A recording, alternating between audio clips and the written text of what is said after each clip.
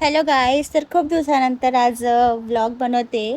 तर आम्ही गेलो होतो बाहेर फिरायला, कारण मौसम खूप छान होता. तर चला म्हटलं, माझा एक ड्रेस घेतला होता मी 2 दिवसा पहिले. त्या ड्रेसला मला एक्सचेंज करायचं, त्यासाठीच आम्ही गेलो होतो. आणि खूप खरंच इतकं भारी वाटलं तेव्हा, कारण मला जो ड्रेस आवडला होता त्या ड्रेसचा तिथे कलर अवेलेबल नव्हतं. त्यांनी मला तो कलर अवेलेबल करून दिला आणि तो भेटला. त्यानंतर आम्ही तिथून निघालो. म्हटलं परत त्याला थोडी शॉपिंग करू. थोडं मोबाईलचं काम होतं, मोबाईलचंसुद्धा काम केलं आम्ही गेलो होतो बर्डीला, नागपूरमध्ये. तर जे कोणी नागपूरमधले असेल त्यांना माहिती असेल की बर्डी हे खूप मोठं मार्केट आहे नागपूरचं, जिथे कपडे वगैरे सगळ्या गोष्टी एकदम होलसेलमध्ये आणि एकदम रिजनेबल रेटमध्ये भेटतात.